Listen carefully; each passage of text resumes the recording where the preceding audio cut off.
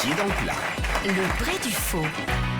Quel bonheur de retrouver Marc-Antoine Lebré avec nous tous les lundis et tous les mercredis aux alentours de 17h50. Et Franck Ferrand, vous êtes notre invité pour notre plus grand plaisir. Et plusieurs de vos collègues férus d'histoire ont voulu profiter de votre présence pour intervenir. À commencer par Laurent Deutsch. Bonjour tout le monde. Ah. Alors moi, Franck Ferrand, je l'aime bien, il est sympa. Mais il connaît rien en histoire. Bah, par exemple, si je lui demande quel jour ont été lancés les premiers travaux de construction du métro parisien. Bah voilà, il sait pas que c'était le 4 octobre 1898. Pan, dans les dents. Ah. Et ouais, il parle que de trucs dont on s'en fout. Dont on se fout comme la Révolution française, le Moyen-Âge, ou quel roi a porté quelle couronne. Couronne, ligne 2, plus 96. La station doit son nom au lieu-dit les couronnes sous sa vie. Ah. Alors que le seul truc important, c'est le métro. D'ailleurs, tu connais la différence entre le métro et toi? Bah lui, il est ferré et toi, t'es ferrant. Ah. Merci, la soirée, j'aime bien.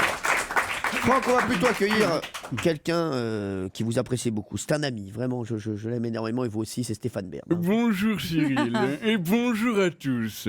Je tenais à féliciter mon collègue Franck Ferrand. En effet, à côté de lui, je passe pour un grand spécialiste. Mais oui Franck, comment osez-vous vous présenter comme un expert de la grande histoire quand vous ne connaissez pas le nom du troisième enfant du prince Guillaume de Luxembourg? Alors, nous vous écoutons, Franck. Non, ça je laisse le spécialiste répondre. Mon Dieu, quelle ignorance crasse. Il s'agit bien évidemment de Léopold et Charlotte de Nassau, des jumeaux. Mon bon Franck, vous avoir mouché de la sorte me remplit de gaieté. Gaieté, ligne 13. La station a été inaugurée en 1937 et tient son nom d'un chemin qui menait de la barrière du Montparnasse jusqu'à Clamart. Ah. Et d'ailleurs, je me demandais, tu serais pas juif, Ferrand? Le juif Ferrand. Oh la Ah. Merci, merci. Aïe, il va y avoir le maréchal tout à l'heure. À mon avis, il y aura le maréchal bientôt, oui, je pense. On le voit arriver, on va arriver au maréchal. En marchant. À cheval, hein, bien sûr, le maréchal. Je suis vraiment désolé pour vous, en tout cas, Franck. Hein. Alors, pour se changer les idées, on va accueillir notre ami Jean-Marie Bigard.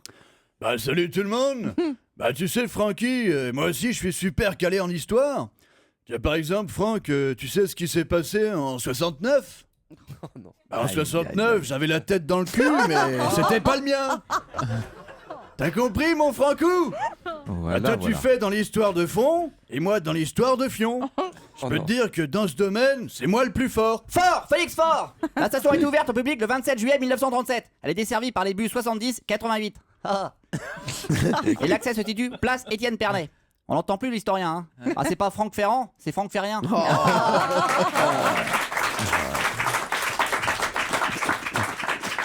Est-ce qu'on va avoir le Franck le fait tout? On verra ça tout à l'heure. Alors, pour éviter les problèmes, on va se tourner vers quelqu'un qui aime tout le monde. Et nous aussi, on l'aime. C'est notre Michel Drucker. Bonjour à tous.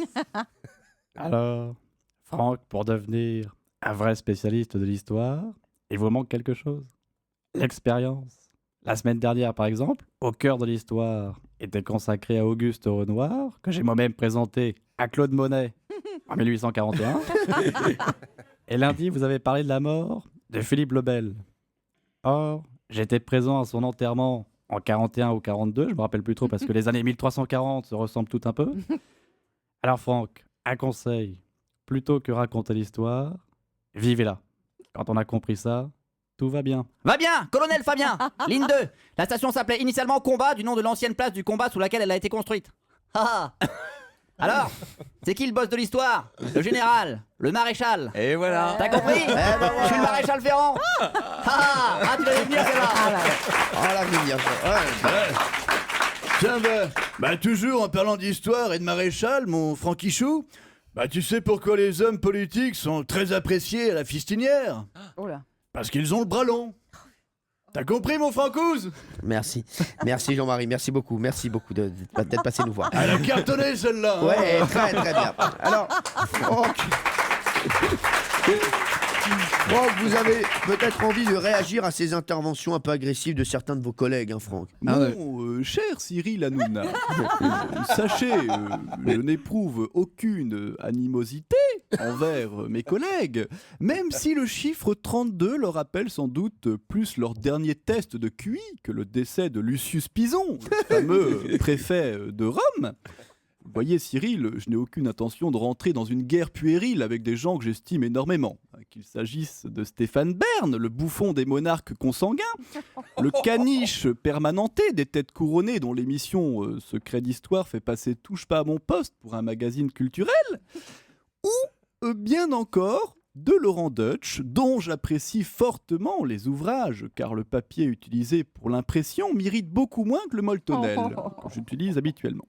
Vous voyez, mon cher Cyril, aucune rancœur, car seul compte l'histoire.